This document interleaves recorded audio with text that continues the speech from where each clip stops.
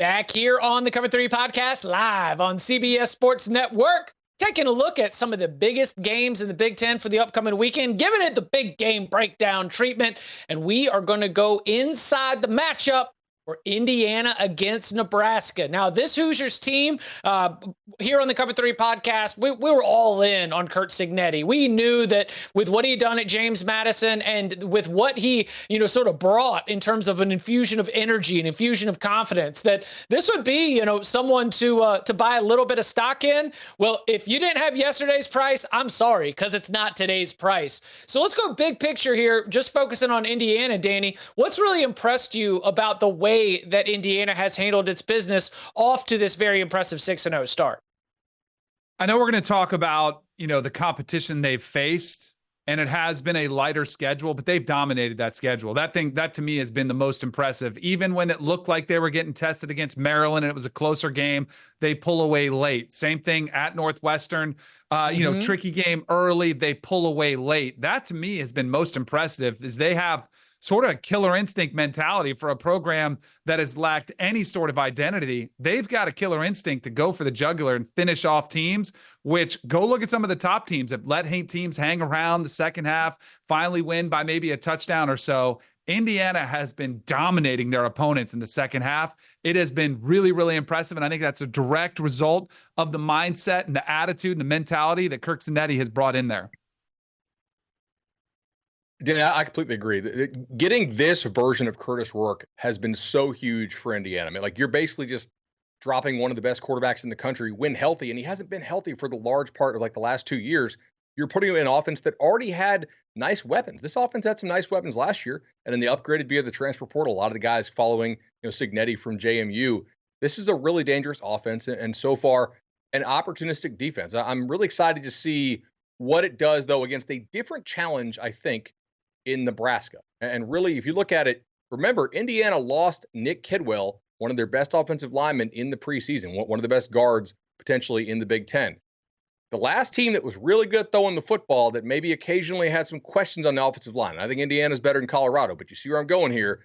Nebraska was able to kind of light box them, got home with a couple sim pressures, got a lot of pressure in Shedeur Sanders' face thanks to the polar bear there in the middle. I am curious because if you look at Indiana's schedule, this is kind of the first test they will have faced from a really good interior pass rushing defensive line. So that's the new test for me in this ballgame. Can they handle that well? Can Rourke handle guys pressure up the middle if Nebraska's able to get it? Yeah, I think you're really hitting on something that's very important for this matchup. I mean, the thing that's been impressive about Indiana is even against a light schedule, as dominant as they've been, it's typically there's a team where you can find a weakness, something that you're genuinely concerned about, but they're playing well in all facets of the football team. So it's one reason to think that this isn't just a fluke and a byproduct of who they have played. But as Bud was just touching on, there are some concerns going into this matchup because part of the situation that you deal with when you play an easier schedule is you're not really battle tested. So when you end up in a game like this where you're probably going to have to deal with more than you've seen so far, it'll be interesting to see how you're going to respond to it, considering you haven't seen it. Now, Curtis Rourke's been around for a long time. He's got plenty of experience. But if you look at this matchup, both of these teams defensively have been phenomenal at pressuring opposing quarterbacks. Nebraska ranks 5th nationally in pressure rate. Indiana ranks 9th. Both of these quarterbacks have been a lot worse when pressured than they have been in a clean pocket. I know that's a shocking revelation for any quarterback out there, but it's true. And part of the problem is for Curtis Rourke, if you look at him this season, he's dropped back 177 times. He's only been pressured on 25 of them. He has not really been in that situation very often. So it'll be interesting to see how he handles it when it comes, because it is going to come in this game. And on the other side, Nebraska's got a pretty darn good quarterback themselves in freshman Dylan Raiola, who has been excellent for a true freshman. But just like Rourke, when he's been under pressure, and he has been pressured far more often than Rourke has been so far, he makes bad decisions and he makes bad throws that have impacted Nebraska. So for me, looking at this matchup, I think that is something that on Saturday is going to be critical to determine who's going to end up winning this game. Yeah, Tom, I wanted to build out on that, the Dylan Raiola of it all. 6 games in, they got an off week. If you're sitting there on that offensive staff, and if you're working with Dylan, what what are we doing to try to make sure that he's ready to be able to take on this challenge? Because look, I know that we don't always think that Bloomington is this like great home field advantage, but I know that with the excitement that is there and the way that they have latched on to Coach Sig, that I expect that this will be a very, very noticeable and impactful atmosphere on Saturday for the Cornhuskers to go in and play against. What does Dylan Raiola look like here with like a mid-season grade, and what does he need to do to improve going forward? I think that if you just try to base it on the curve of him being a true freshman QB, he's graded very well. He's made a lot of very good plays. He's also had the kind of freshman bumps in the road that you expect. And he does have weaknesses. Like when we saw against Illinois, when they started getting pressure on him in that loss, the only game Nebraska's lost all season, he would kind of throw the ball up and just kind of, heave prayers, hoping for the best outcome. So I think you're going to try to coach that out of him for this game, but you're going to try to coach that out of any quarterback. So I think if you look at this matchup in particular, if I'm Nebraska, the one thing I feel like I can take advantage of here with Raiola and with my offense against this Indiana defense is the size mismatch in the receiving game. If you look at Nebraska's top receivers, Isaiah Nayor and Jamal Banks, they're both 6'4". Tight end Thomas Fidone is 6'6".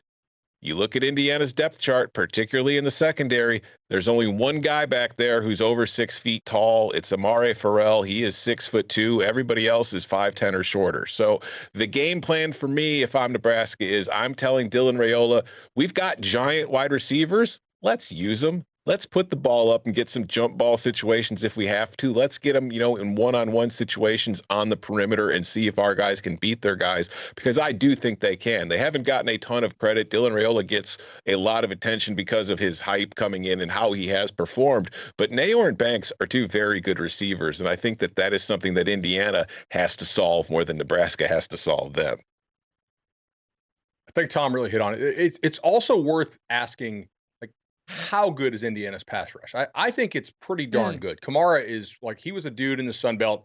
He's been a dude so far in the Big Ten. He's probably going to be a guy who's going to be a good NFL player. So I have some confidence that Indiana's pass rush is for real. But it is worth asking, have they played a competent offensive line so far?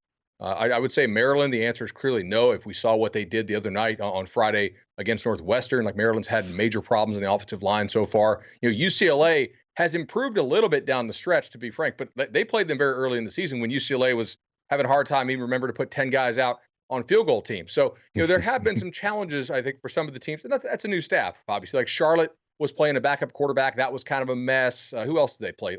UCLA, Charlotte, Northwestern. So not really anybody competent. I don't even think Nebraska's offensive line is world beaters. But I do think Nebraska's offensive line is probably the best offensive line Indiana will have faced by a good bit. And that'll be interesting to see how these DBs can hold up, because those DBs against Maryland actually did not hold up all that well, despite the fact that Indiana was getting home early and often with their pressure. So I think Tom's point is a really important one here.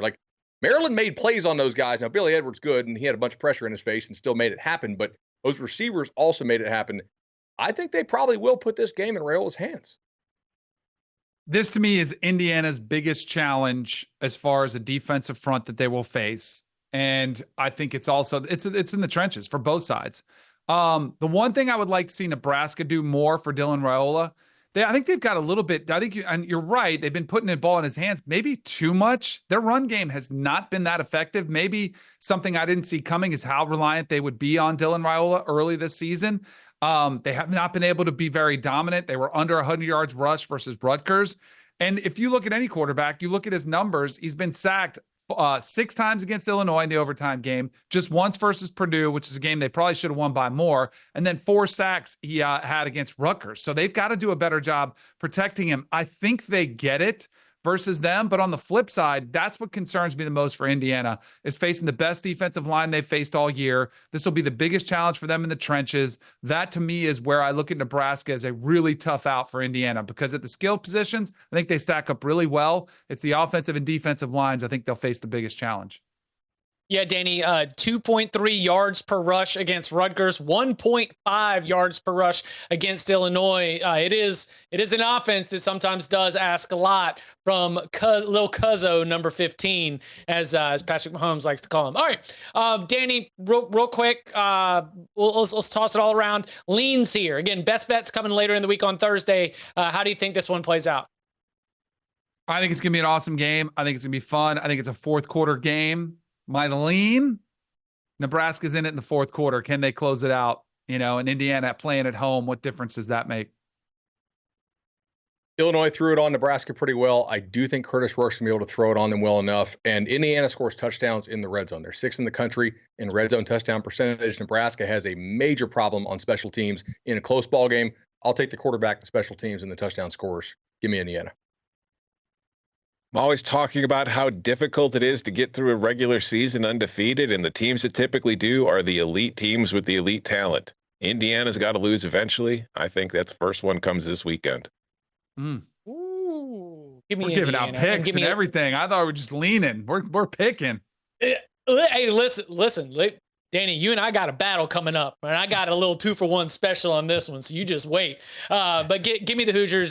Give me a lot of points. All right, coming up on the other side, it's time to play Mythbusters, because everyone's talking about this time zone this and time zone that. Well, what should we actually take away from some of the travel-related results in the Big Ten? We'll get into all that and more next.